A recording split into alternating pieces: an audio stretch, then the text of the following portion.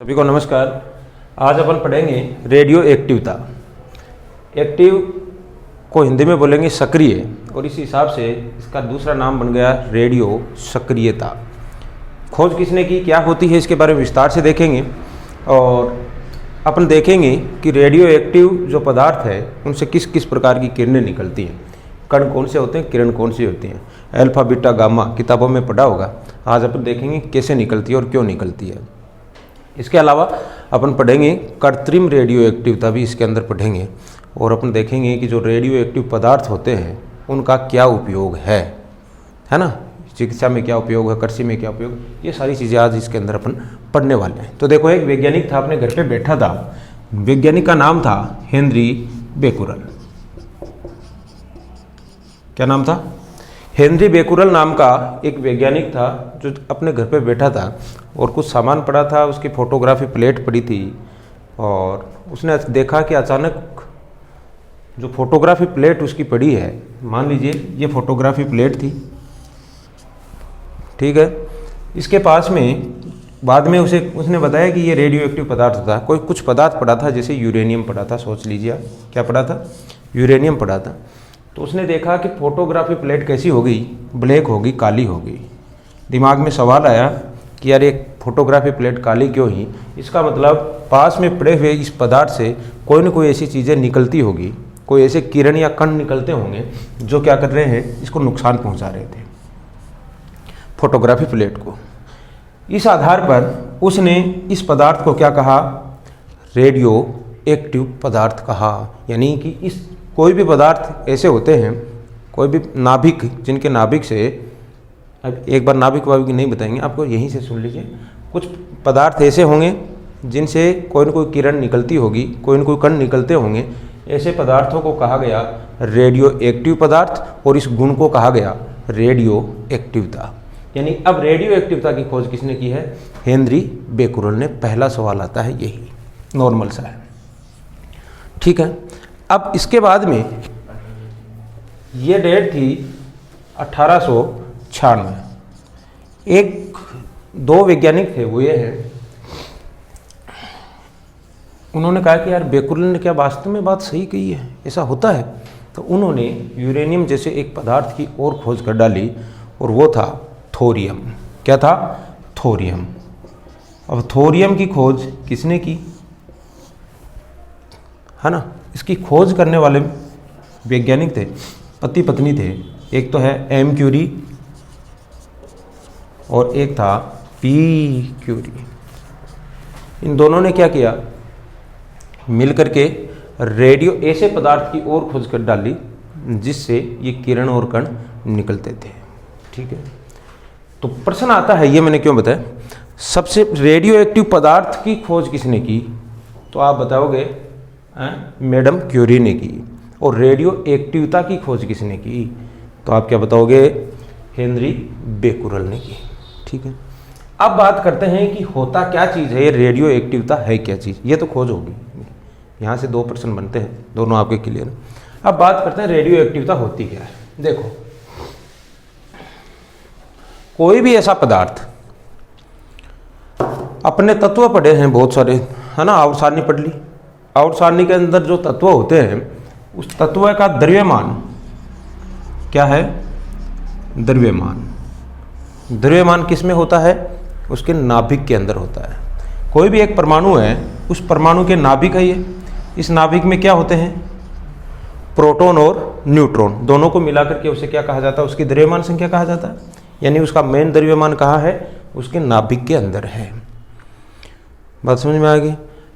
Electron कहाँ घूमते हैं? बाहर वर्ताकार कक्षाओं में चक्कर लगाते हैं। ये रहे इलेक्ट्रॉन। इतनी बात क्लियर है अपने। अब यहाँ से देखें, अब कुछ ऐसे प्रकृति के कुछ ऐसे तत्व है, कुछ ऐसे परमाणु जिनसे क्या निकले। मान लीजिए आपके पास यहाँ एक एग्जाम्पल छोटा सा और दे रहा हूँ मैं। ये एक लड्डू पड़ा है आपके पास में। क्या है? लड्डू है। यानी कि इस लड्डू से धीरे धीरे छोटे छोटे टुकड़े अलग होकर के गिरते रहेंगे। मान लो गिर रहे हैं धीरे धीरे धीरे धीरे, तो इसकी आकार आकृति में परिवर्तन आएगा कि नहीं आएगा? उसका द्रव्यमान धीरे धीरे कम होता रहेगा कि नहीं होता रहेगा? होता रहेगा। यानी कि प्रकृति में कुछ ऐसे पदार्थ होते हैं जिनसे स्वतः ही कुछ कण है वो टूट करके अलग होते रहते हैं, निकलते रहते हैं। प्रकृति में ऐसे हैं पदार्थ जिनके नाभिक से क्या निकल रहे हैं, कुछ कण या किरणें निकलते रहते हैं, जिसके कारण उनका द्रव्यमान है वो डावाडोल हो जाता है। द्रव्यमान डावाडोल होगा। अभी मैंने बताया कि ये जो लड्डू था तो इसमें से यदि कुछ कण टूट के गिरेंगे तो इसका द्रव्यमान स्वतः ही कम हुआ कि नहीं हुआ, और कम होने के कारण उनका परमाणु क्रमांक भी बदल जाता है। परमाणु क्रमांक किसे कहते हैं? प्रोटॉनों की संख्या को क्या कहते हैं? परमाणु क्रमांक कहते हैं।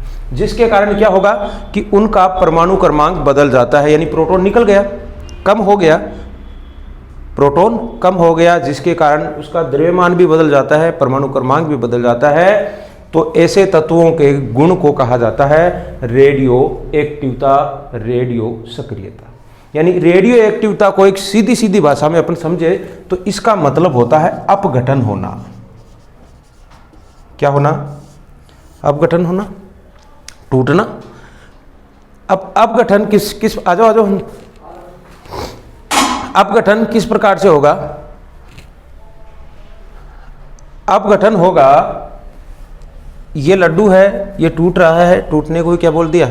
अपघटन हो गया, क्षय हो रहा है। इसका दूसरा नाम यूं ले लेते हैं अपन। यानी कि प्रकृति में एक नॉर्मल इजी सी एक परिभाषा सुन लीजिए इसकी। प्रकृति के अंदर पाए जाने वाले कोई ऐसे पदार्थ जिनके परमाणु से क्या निकलता रहे, कुछ किरण या कुछ कण निकलते रहे, जिसके उसके द्रव्यमान में निकलते रहे, यानी उसका क्षय होता रहे, उसका अपघटन होता रहे, जिसके कारण उसके द्रव्यमान में क्या जाए, परिवर्तन आ जाए, उसे क्या कहते हैं? रेडियो एक्टिवता कहा जाता है। और ऐसे तत्वों के परमाणुओं को, ऐसे तत्वों को क्या कहा जाता है? रेडियो एक्टिव तत्व कहा जाता है। समझ में आ गई बात? ठीक है। अब अक्षय का अपघटन टूट रहा है, चलो टूट गया। अब यहां से एक आपको एग्जाम्पल देता हूं मैं। मान लीजिए, हाँ सॉरी, यहाँ से रेडियो एक्टिवता ये स्वतः ही अपने आप ही प्रकृति में हो रहा है। यानी कि यहाँ से एक शब्द और सुन लीजिए, स्वतः ही प्रकृति में अपने आप हो रहा है ना, उसे तो कहा जाता है प्राकृतिक रेडियो एक्टिवता। क्या कहा जाता है? प्राकृतिक रेडियो एक्टिवता। और कई बार क्या होता है कि अब दूसरे न्यूट्रॉन वगैरह की बौछार करवा के, प्रहार करवा के, और क्या किया जाता है? उसे तोड़ा जाता है, किसी परमाणु को तोड़ा जाता है, तो उसे क्या कहा जाता है? यानी तोड़ना है, क्षय कर रहे हैं, उसका अपघटन करेंगे, धीरे धीरे धीरे उसका भी होगा, तो उसे क्या कहा जाता है? कृत्रिम रेडियो एक्टिवता। दो खोज तो मैंने आपको बता दी थी। कौन सी? रेडियो एक्टिवता की खोज किसने की? रेडियो एक्टिव पदार्थ की, तत्व की खोज किसने की? मैडम क्यूरिया। एक और आता है, यहाँ से एक शब्द आया है कृत्रिम रेडियो एक्टिवता। कृत्रिम रेडियो एक्टिवता, इसके लिए भी सवाल आता है, किसने की? तो इनकी बेटी थी ये, मैडम क्यूरी और पी क्यूरी की बेटी थी एक, आइजोल क्यूरी, आई बोलते हैं जिसको, आई क्यूरी। ये इनकी पुत्री हुआ करती थी। इस पुत्री ने क्या किया था? कृत्रिम रेडियो एक्टिव पदार्थ का निर्माण किया था, तत्व का निर्माण किया था। ठीक है, आगे देखो। अब कहते हैं कि साहब किस किस प्रकार की कैसी कैसी किरणें निकलती हैं इनसे। अब देखो, यहीं से आपको पता चलेगा एक परमाणु के अंदर कितनी चीजें होती हैं। मूलभूत कण कौन से होते हैं एक परमाणु में? पूरे में 3 होते हैं। मेरे हाथ में क्या है? पेन है। 3 कण हैं, प्रोटॉन, इलेक्ट्रॉन और न्यूट्रॉन। यानी कि इस पदार्थ का, ये कोई आपके पास में रेडियो एक्टिव पदार्थ है, इसके अंदर प्रोटॉन न्यूट्रॉन बीच में है, नाभिक में है, और ये इलेक्ट्रॉन कहाँ है? बाहर है, वर्ताकार कक्षाओं में चक्र रहा है। मतलब इस परमाणु में से निकलने के लिए क्या है? क्या निकलेंगे? या तो ये निकलेगा, या ये निकलेगा, या ये निकलेगा। ये तो निकलने वाले हैं। जब ये तीनों निकलेंगे तब इसके द्रव्यमान में क्या आएगी? धीरे धीरे क्या आएगी? कमी आएगी। एक निकलता है तो कितनी कमी आती है, 2 निकलता है तो कितनी कमी आती है। यानी प्लस वाला निकलेगा तो क्या होगा, और माइनस वाला निकलेगा तो क्या होगा। इस आधार पर निकलने वाले कणों को 3 भागों में बांटा गया है। इन 3 के आधार पर ही रेडियो एक्टिव पदार्थ से 3 किरणें निकलती हैं या 3 कण निकलते हैं। उन्हें इसी आधार पर कितने भागों में बांट दिया? 3 भागों में बांट दिया। ठीक है, तीन भाग कौन कौन से हो गए, एक बार इसको स्टॉप कर। तीन भाग कौन, हाँ, तो इन तीन के आधार पर तीन प्रकार की किरणें निकलती हैं। देखो, यदि निकला प्रोटॉन, क्या निकलता है, प्रोटॉन। प्रोटॉन पर कौन सा आवेश होता है, धनावेश या ऋणावेश, धनावेश, शाबाश, ये हो गया धनावेश। बोल जाया करो रे, बोल लिया करो, ये तो पता होगा आपको, कोई बात नहीं। यदि इलेक्ट्रॉन निकला तो क्या होगा, इलेक्ट्रॉन पर कौन सा आवेश होता है, आपने कहा कि सर ऋणावेश होता है, चलो मान लिया। और न्यूट्रॉन पर कौन सा आवेश होता है, उदासीन।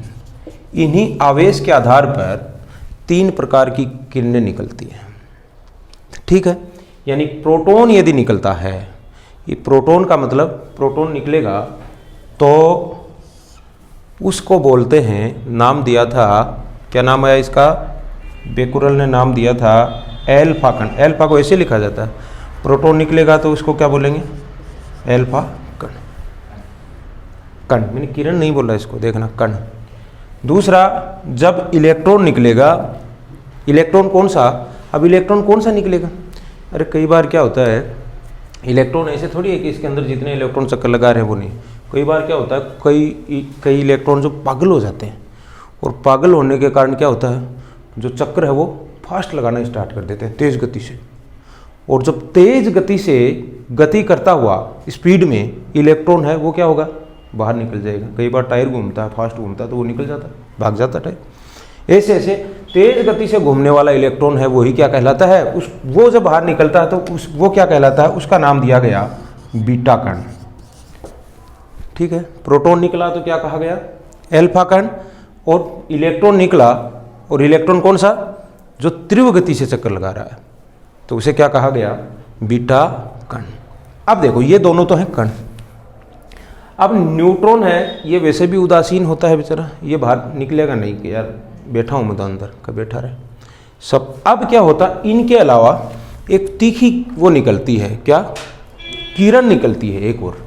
उसका लिए एक प्रयोग आपको करके बताएंगे। किरण निकलती है जिसका नाम क्या दिया गया, क्या नाम दिया गया, गामा किरण।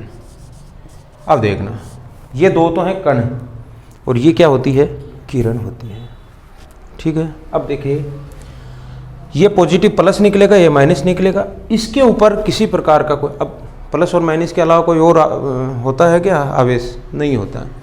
तो इसका मतलब इसके ऊपर आवेश कैसा होता है, शून्य आवेश होता है, यानी क्या होती है, उदासीन होती है। तीन प्रकार के कण हो गए, ठीक है।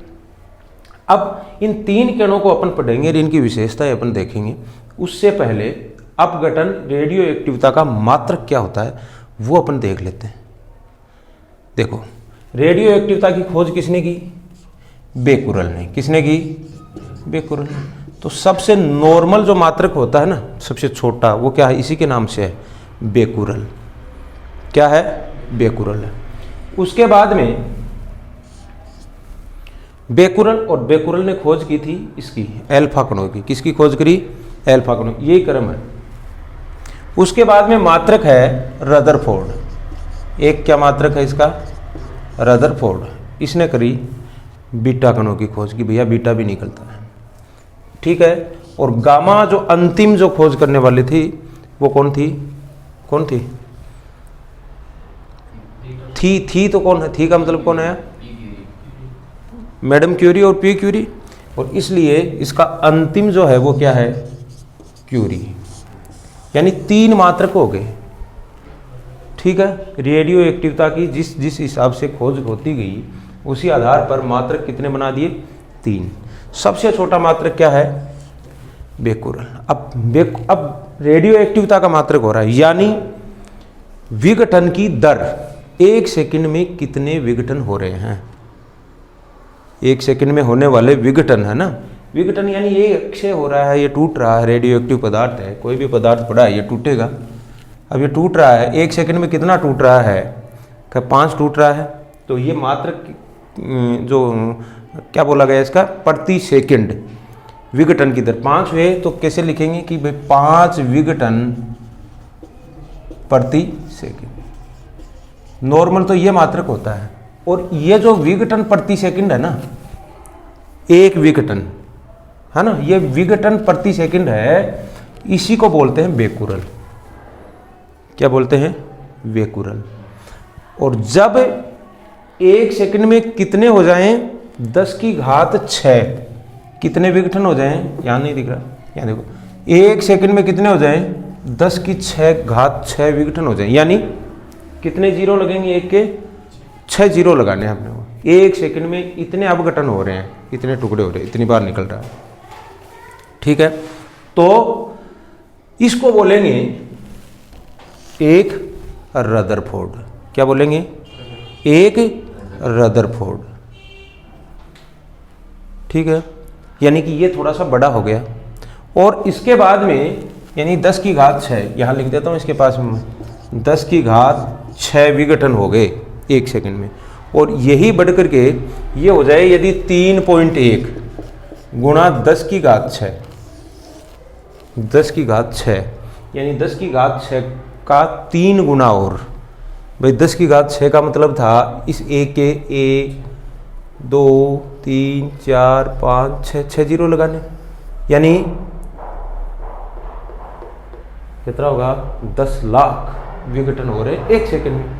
और इसको किससे गुना कर रहे हैं? अपन 3.1 से कर रहे हैं, या सपोज कीजिए आप 3 से आप गुना कर रहे हो, इसको कर लिया। जब 3 से इसको गुना कर देंगे यानी इसका 3 गुना जब और हो जाए, तब ऐसे मात्रक को कहा जाता है क्यूरी। क्या कहा जाता है? क्यूरी। तो परीक्षा में प्रश्न आता है सबसे नॉर्मल छोटा मात्रक क्या होता है रेडियो एक्टिविता का? बताओगे बेकुरल। दूसरा कौन सा होता है? उससे बड़ा 10 की घात 6 वाला रदरफोर्ड। उससे बड़ा क्या होता है? क्यूरी होता है। ठीक है, अब इसी आधार पर बेकुरल ने खोज किसकी की? एल्फा कणों की। रदरफोर्ड ने किसकी की? बीटा कणों की। और क्यूरी ने किसकी की? गामा किरणों की खोज की। ठीक है, अब इनको समझा दूं पहले। अब ये निकलते कैसे हैं? रदरफोर्ड ने जो प्रयोग किया था वो देखो क्या था। एक रदरफोर्ड का आपको प्रयोग समझा देता हूँ, वो देख लो। अब और थोड़ा सा इजी हो जाएगा आपके रेडियो, ये तीनों कण आपके समझ में आ जाएगी। फिर ये देखो,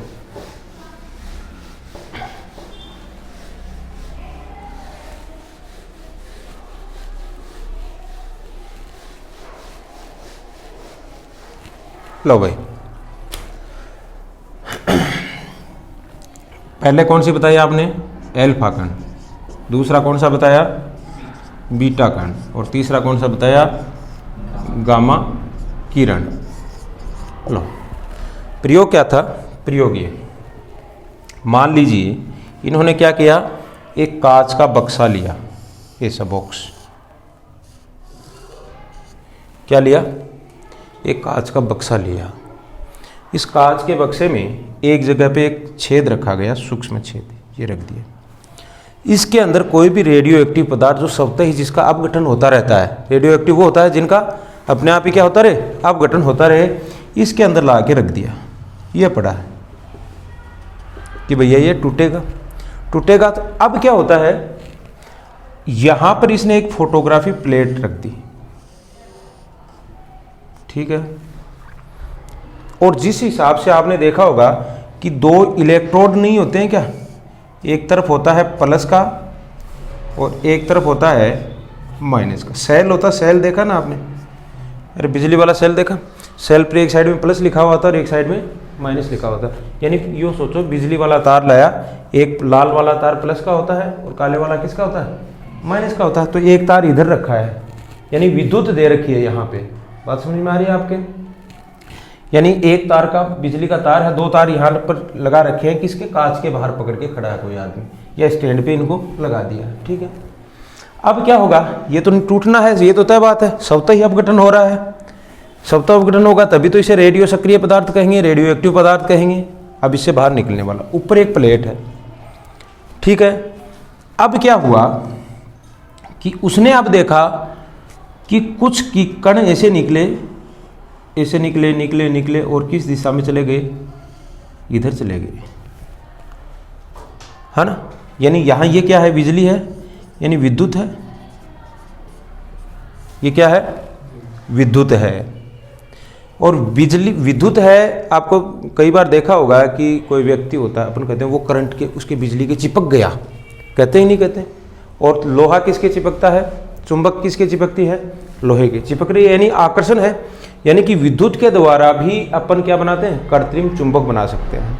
यानी विद्युत के साथ में अब मैं एक शब्द और जोड़ रहा हूँ, चुंबकीय क्षेत्र। यानी कि किसी भी तार में, किसी भी चालक तार में विद्युत धारा प्रवाहित करने के कारण वो एक चुंबक की भांति व्यवहार करने लग जाता है, करता है।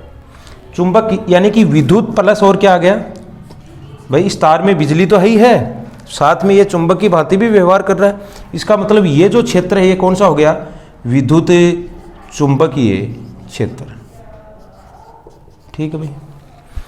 अब जैसे ही कोई कण निकला तो इस साइड में गया है, इसका मतलब ये किससे प्रभावित हुआ, विद्युत चुंबकीय क्षेत्र से प्रभावित हुआ।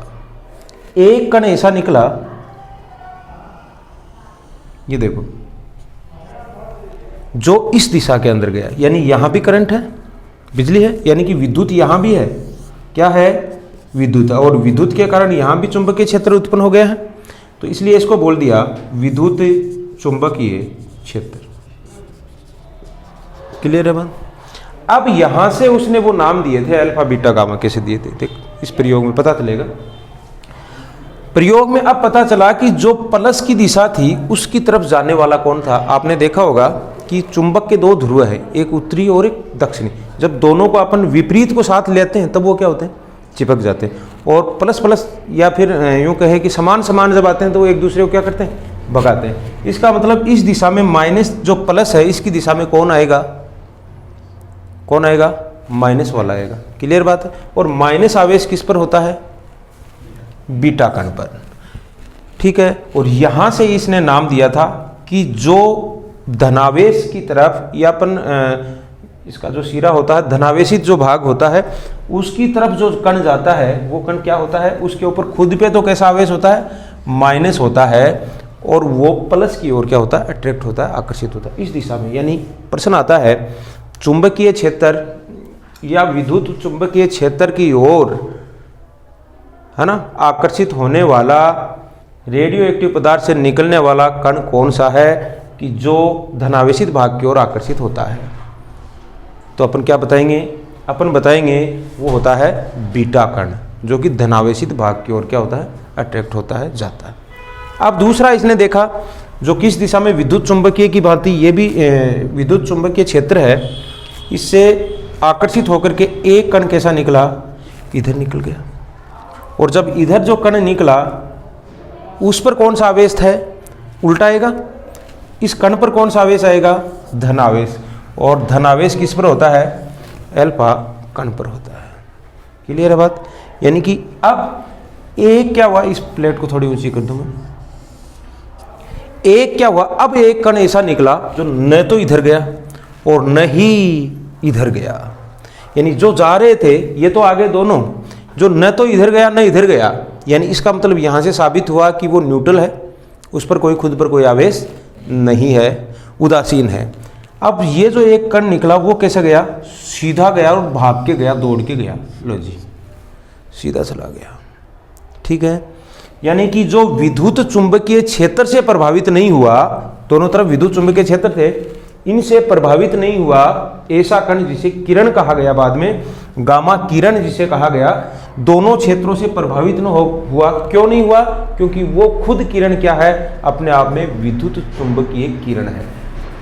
क्या है, विद्युत चुंबकीय किरण है। और इसीलिए परीक्षा के अंदर प्रश्न आता है, ये दो है, ये तो है कण, कौन सी किरण विद्युत चुंबकीय किरण की भांति व्यवहार करती है, कौन सा कण निकलने वाला, तो कौन सा बताएंगे, उसकी भांति कौन है, गामा किरण। और इसको ही क्या कहा गया, गामा किरण कहा गया, जो सीधी निकल गई थी, चुंबकीय क्षेत्र से प्रभावित नहीं हुई। ये प्रयोग हो गया। अब देखो, अब इनकी एक एक की विशेषता अपन देख लेते हैं। अब बात करते हैं कि जब अल्फा कण निकल रहा है किसी भी परमाणु के नाभिक में से, क्या निकलेगा, अल्फा, नींद मत ले रहे हैं, हाँ, नींद करनी नहीं, अभी जब मैं पढ़ा रहा हूं तो सोना नहीं। अब देखो अल्फा कण है, इसके बारे में आपको बताऊं, ये नाभिक था, जब दो प्रोटॉन, कितने प्रोटॉन, दो प्रोटॉन निकल जाएं, कितने प्रोटॉन, दो प्रोटॉन निकल जाएं उसमें से, तब वो बनता है एक एल्फा कण। कितने प्रोटॉन? 2 प्रोटॉन। यानी 2 प्रोटॉन किस में होते हैं? हीलियम में होते हैं। किस में होते हैं? हीलियम में होते हैं। 2 नंबर पे हीलियम ही आता है। प्रोटॉनों की संख्या को परमाणु क्रमांक कहते हैं। तो इसके अंदर 2 तो प्रोटॉन होते हैं और इसकी द्रव्यमान संख्या कितनी होती है? 4 होती है। ठीक है, कितनी होती है? 4 होती है। तो इसमें से 4 कैसे हुई? यानी इसके अंदर 2 तो क्या है? प्रोटॉन, और 2 ही क्या है? न्यूट्रॉन है। क्या है? 2 ही क्या है? न्यूट्रॉन है। तो इसमें से यदि क्या निकल जाए, किसी भी परमाणु में से कितने निकल जाएं? 2 प्रोटॉन निकल जाएं। यानी 2 प्रोटॉन जब निकलेगा तो क्या बनता है? 2 प्रोटॉन का मतलब क्या होता है? हीलियम। तो अपन कह सकते हैं कि एल्फा कण क्या होता है? प्रोटॉन। 2 प्रोटॉन के बराबर होता है और वो क्या हुआ? हीलियम होता है। ठीक है, अब बात करते हैं इसके ऊपर आवेश कितना आएगा। एल्फा कणों पर आवेश कितना होता है हीलियम के पर? यानी कि आपने कभी देखा होगा कि एक प्रोटॉन पर कितना आवेश है, पहले वो चीज़ अपने दिमाग में होनी चाहिए। आवेश की मात्रा वो कूलाम में। आवेश का मात्रा क्या होता है? कूलाम होता है। तो आवेश की मात्रा प्लस है इसकी माइनस है, इस पर कोई आवेश नहीं है, तो इसकी तो मात्रा अपन ज्ञात ही नहीं करेंगे। कोई आवेश होता ही नहीं है तो मात्रा अपन कहाँ से निकल? लेकिन प्लस की कितनी होती है, माइनस की कितनी होती है? वास्तव में जो एक प्रोटॉन, एक इलेक्ट्रॉन, इन पर जो आवेश होता है ना, वो कितना होता है? देखो, कोई भी इलेक्ट्रॉन वही क्या कहलाता है? तेज गति से घूमता हुआ इलेक्ट्रॉन ही क्या कहलाता है? बीटा कण कहलाता है। और ये वैसे विद्युत चुम्बकीय किरण है ही। इन दोनों को एक बार देख लीजिए आप। अब यदि एक हीलियम निकलेगा, यानी एक अल्फा कण निकलेगा, यानी 2 प्रोटॉन निकलेंगे। तो इस चीज को यहाँ एक थोड़ा सा क्लियर कर लेता हूं मैं कि एक जो प्रोटॉन होता है उसके ऊपर आवेश प्लस में कितना होता है? तो उसके ऊपर प्लस में आवेश होता है, ये आपको याद रखना है, 9.1 गुना 10 की घात माइनस 19। ये होता है 9.1 गुना 1.6 गुना 1.6 गुना 10 की घात माइनस 19। ये 9.1 और 1.6 वाला देखना, ये किस पर आवेश होता है?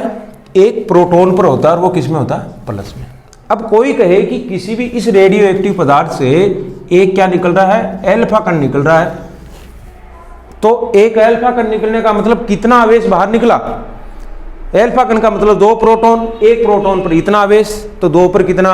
इसका डबल कर लेते हैं, 1.6 यानी 16 है। यो सोचिए, 16 को डबल करें तो कितना होगा? 32। 32 का मतलब 3.2, बाकी ऐसा कैसा गुना 10 की घात माइनस 19। और इसको आवेश को नापते हैं, इसका मात्रक क्या है? कूलाम। ठीक है जी, एक प्रोटॉन निकला तो इतना आवेश उसमें कम होगा। यानी एल्फा कण पर कितना आवेश होता है? तो आप बताते हो कि 2 प्रोटॉन के बराबर कितना। बीटा कण पर कितना? एक बीटा कण निकल रहा है, तो उसके ऊपर कितना आवेश होगा? तो सीधी सी बात है, बीटा कण ही अपने आप में क्या होता है? इलेक्ट्रॉन होता है। तो और इलेक्ट्रॉन पर आवेश कितना होता है? माइनस में होता है। और वो कितना होता है? ये का यही होता है, सेम। ये इसका आवेश होता है। तो एक बीटा कण और एक इलेक्ट्रॉन बराबर हैं, इसका मतलब एक बीटा कण निकलने पर आवेश कितना कम होगा? 1.6 गुना 10 की घात माइनस 19 कूलाम। ये कहीं अपने लिख दिए। इसके ऊपर कोई आवेश नहीं होता, इसलिए कोई फर्क नहीं पड़ेगा, यह है शून्य। अब बात करते हैं अंतर की। इसका द्रव्यमान, द्रव्यमान कितना होता है एक प्रोटॉन का? कितना द्रव्यमान होता है?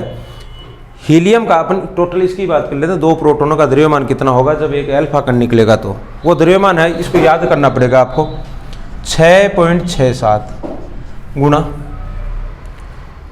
10 की घात और माइनस 27। कैसे याद रखोगे? याद ऐसे रखोगे कि 6.67 जो अंतिम 7 है, तो आपके माइनस में भी ऊपर क्या मिलेगा? अंतिम 7 मिलेगा। इस 7 से आप पहचान कर लोगे, नहीं कन्फ्यूज हो जाओगे। 6.67। अब क्या होता है, कई बार 7 नहीं आता, एक ही डिजिट आ जाती है, 6.6 गुना 10 की घात माइनस 27। तो ये क्या है? ये द्रव्यमान है। और द्रव्यमान को किस में नापते हैं? किलोग्राम में। यानी एक ही एल्फा कण का द्रव्यमान कितना होता है? इतना होता है एल्फा का। एल्फा का ज़्यादा होगा, ये तो तय बात है, या कम होगा? ज़्यादा होगा। अब कैसे होगा देखिए, यहाँ -27 है, यानी कि 27 गुना बैक में जाओ, छोटा माइनस का मतलब ये है। यहाँ देखिए अब देख आपको पता चलेगा कि द्रव्यमान किसका ज़्यादा। एक इलेक्ट्रॉन का द्रव्यमान कितना होता है? तो एक इलेक्ट्रॉन का द्रव्यमान होता है 9.1 और गुणा 10 की घात, अब एक है ना पॉइंट में एक है, तो पॉइंट यहाँ ऊपर भी ये पहली डिजिट क्या आएगी? एक है, ऐसे याद रह जाएगा आपके।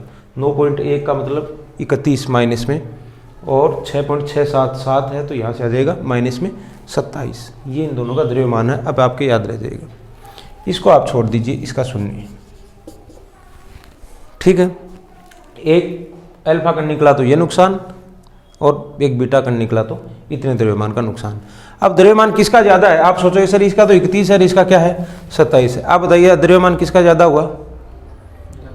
बीटा का द्रव्यमान ज़्यादा हुआ? नहीं, किसका हुआ? अल्फा का, क्योंकि माइनस में है ये। अरे माइनस का मतलब है इतना गुना कम, 27 गुना कम है, और ये कितने गुना कम? 31 गुना कम। ऐसे सोच लो आप, 31 गुना कम है, तो इसका मतलब ये ही ज़्यादा होगा। हाँ, अब बात करते हैं इनकी वेग क्या है। जैसे ही फोटोग्राफी पे ये प्रयोग किया था कि इस कांच के बक्से में रखे रेडियो एक्टिव पदार्थ से बाहर निकाला, क्या निकाला? इस रेडियो एक्टिव पदार्थ से जो सबसे पहले जो निकल रहा है, जो सबसे पहले निकला माइनस की ओर, वो पहुंचा धीरे। ये निकला प्लस की ओर गया, वो निकला थोड़ा सा, और ये निकला मान लो तेज गति से ये निकला, फिर ये और तेज निकला, लेकिन जो अंत में ये जो निकला ना तीसरा, ये बहुत ही फास्ट और तीव्र गति के साथ में निकलता है। कौन? यानी कि सबसे अधिक वेग किसका आया? अब याद रखना है, सबसे अधिक वेग किसका आया? वेग तो अल्फा जो कण होते हैं इनका क्या होता है? वेग कम होता है, वेग धीरे होता है। लो जी, इनका वेग है क्या? कम। तो इससे 100 गुना ज्यादा है किसका? बीटा कण का वेग। इसका हो गया ज्यादा और इसका हो गया बहुत ज्यादा। अरे जो सबसे पहले यहां देख लीजिए, ये 3 जगह हैं, यहां पर पहुंचना है सबको। एक पॉइंट ये है, एक पॉइंट ये है, और एक पॉइंट ये है, तीनों जगह पहुंचना है। तो सबसे पहले जो तेज गति से जो पहुंच जाता है वो कौन सी है? वो है गामा किरण है, वो सबसे पहले पहुंचेगी। यानी गति क्या होगी इसकी? तेज गति होती है, तो ये सबसे पहले पहुंचेगी। और जो सबसे पहले पहुंचता है वही सबसे ज़्यादा भेदता है, किसी भी वस्तु को भेदन कर देता है। अरे जितनी तेज गति से गोली जाएगी, जितनी तेज गति से गोली जाएगी उतना ही ज़्यादा उसको क्या कर देगी? उसको भेदेगी, निशाने को भेदेगी। एक धीरे धीरे जाने वाली क्या भेदेगी? बीच में ही गिर जाएगी वो तो कहीं नहीं। बात समझ में आ रही है? यानी सबसे तेज गति किसकी हुई? गामा किरण की बहुत ज़्यादा होती है, और इसके कारण इसकी भेदन क्षमता भी क्या होगी? सर्वाधिक होती है। यानी भेदन क्षमता इसकी अधिक होती है, सबसे अधिक होती है। उसके बाद में जो निकली वो निकली आपके प्लस की ओर जाने वाली कण का क्या नाम है? जो प्लस की तरफ जाएगा, प्लस की तरफ जाएगा वो बताओ मेरे को। बीटा जाएगा, वो जाएगा जिसके ऊपर माइनस है। शाबाश। तो बीटा, यानी उसके बाद में सेकंड नंबर पर कौन आया? बीटा कण। यानी सेकंड नंबर पर कौन आ गया? बीटा। और सबसे कम थर्ड नंबर पे कौन सा आया? अल्फा। यानी अल्फा का वेग, अल्फा की गति क्या होती है? सबसे कम होती है, इसकी कम होती है। ठीक है। अब कम होने के कारण इसकी भेदन जो क्षमता है, भेदन क्षमता को मैंने बता दिया, जो जितने तेज गति से भागेगा, जितना फास्ट जाएगा उतना ही ज़्यादा भेद पाएगा। तो भेदन क्षमता इसकी क्या होती है? अल्फा कणों की सबसे कम होती है। और ये एल्यूमिनियम के एक छोटे से पतरे से भी टकरा करके रुक जाती है, उसे भी नहीं चीर पाती है। यानी 0.1 mm का जो कोई एल्यूमिनियम है उसको भी ये क्रॉस नहीं कर पाती है। उसके बाद में इसकी भेदन क्षमता यानी अल्फा से 100 गुना ज़्यादा होती है बीटा की। कितनी? 100 गुना ज़्यादा। यानी इसको भी अपन दे देंगे ज़्यादा, और इसकी तो बहुत सबसे ज़्यादा, सबसे ज़्यादा। हो गई? यहाँ तक क्लियर है तीनों बातें? अब अपन बात करते हैं अल्फा जो कण होते हैं एक आयनन क्षमता आती है, आयनन क्षमता। अब इसको क्या होती है, ये बीमारी क्या है आयनन क्षमता? देखो आयनन क्षमता है ये मान लो गैस है, एक गुब्बारे में कोई गैस भरी हुई है, गैस है ना, हाँ गैस का आयतन नहीं होता। गैस में से यदि इस एल्फा कणों को यानी 2 प्रोटोनों को गुजारना है अपने को कि जाओ भाई इस गैस में से जाना, तो गैस क्या होती है, गैस का विखंडन हो जाएगा उसके आयनों के अंदर। जैसे ऑक्सीजन है ना, मान लो ऑक्सीजन है, ये नॉर्मल ऑक्सीजन है, इसका आयन कैसे बनाएंगे अपन, कैसे बनाएंगे, -2, यानी इसमें क्या हुआ, -2 क्या हुआ, क्या निकाल दिया इसने इसमें से, क्या कम हो, हाँ प्रोटॉन क्या हो गया, कम हो गया। आयनन का मतलब समझ गए ना आप, आयनन का मतलब यही हुआ कि उसमें से क्या हुआ, बाह्यतम कोश में इलेक्ट्रॉन क्या हो गए, कम हो गए। इलेक्ट्रॉन कम हो गए या ज़्यादा हो गए, इलेक्ट्रॉन कम हो गए, इलेक्ट्रॉन कम हो गए। माइनस का मतलब ये है इसको भूख लग गई 2 इलेक्ट्रॉनों की। अब तो ये किसने किया, एल्फा कणों ने इलेक्ट्रॉनों को कम कर दिया किसी गैस में से गुजारने पर। इसको बोलते हैं आयनन क्षमता। क्या बोलते हैं इसको, आयनन, इलेक्ट्रॉन निकाल दिया इसने, है ना, आयनन क्षमता। तो एल्फा जो कण होते हैं प्लस वाले, ये जब किसी भी गैस में से गुजरेंगे तो उसका क्या कर देते हैं, जो धीरे धीरे जाएगा, क्या इलेक्ट्रॉन देता है वो प्लस होगा, कौन होगा, जो इलेक्ट्रॉन देता है वो प्लस होगा, हाँ तो इलेक्ट्रॉन लेता है वो क्या होगा, माइनस। तो ये लेगा तो लेगा कब, जब इलेक्ट्रॉन बाहर निकलेंगे, कमी होगी तभी तो लेगा। तो इस प्लस ने क्या किया है, इन एल्फा कण ने क्या किया है, इलेक्ट्रॉनों की कमी कर दी ना, कमी हो गई ना, इसलिए इसको बोल दिया आयनन। और ये आयनन क्षमता सबसे ज्यादा किसकी होती है भैया, एल्फा कणों की होती है। ये आगे जो धीरे धीरे मंद गति से जाएगा वो सबको हटाता जाएगा, आगे जाके तो भेदेगा नहीं, लेकिन जो धीरे जा रहा है यानी मंद गति, वेग कम है, इसलिए जो आई गैस आई तो गैस को क्या कर दिया, आयनीकृत कर दिया। तो यानी आयनन क्षमता सबसे ज्यादा हुई, सबसे अधिक। तो इसकी कम और इसकी सबसे कम। आप इस प्रकार से एक पॉइंट पकड़ करके तीनों के आप कर सकते हो, सबसे कम। अब देख लो, इसको मैं लूंगा 1000 से लूंगा। मान लो इसकी भेदन क्षमता 100 है, कितनी है, तो इसकी कितनी है 1000, एक एक जीरो बढ़ाते जाओ आप, इससे 100 गुना ज़्यादा, है ना। इसकी हो गई 1000, तो इसकी कितनी हो गई 10,000। कर सकते हैं आप इसको, यदि इसको अपन 10 माने तो इसको 100 और इसको 1000, इसे कर लो आप, 10 गुना ज़्यादा, हाँ 10, 100 और 1000। अपन बात करते हैं वेग, वेग इसका कितना है, इसका वेग आप मानोगे, अब प्रकाश का वेग, वेग किसके आधार पर नापा जाता है, प्रकाश की किरण। अब प्रकाश की किरण का वेग कितना होता है निर्वात में,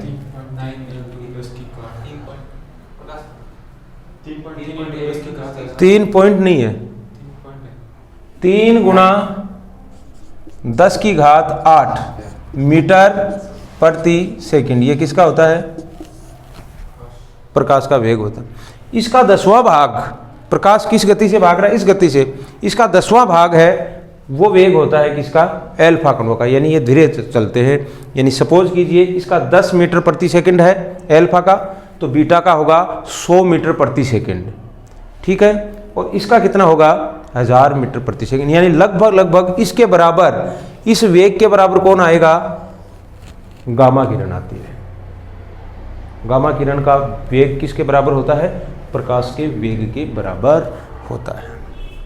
बात समझ में आ गई। अब बात करते हैं तरंग दैर्ध्य किसकी ज़्यादा होती है, तरंग दैर्ध्य किसकी ज़्यादा होती है और किसकी कम होती है। अब देखना तरंग दैर्ध्य क्या बीमारी है, ये तरंग दैर्ध्य ये होता भैया, ये लो, अच्छा दिख रहा होता है क्या, ये तो नहीं पढ़ रहा, प्रकाश देखना यहाँ पे, यहाँ लिख दो। देखिए तरंग दैर्ध्य क्या होती है, तरंग दैर्ध्य ये है, एक किरण है ये, मान लीजिए यहाँ से चला, तो ये क्या होगा, इस हिसाब से ऊपर भी जाएगा नीचे भी आएगा। ये तरंग दैर्ध्य एक दूरी होती है, बात समझ में आई। अब ये देखो ऐसे एक कण यहाँ से चल रहा है, तो ये यहाँ से और यहाँ से, जब ये कण यहाँ से कोई आया, कण चला है, तो ये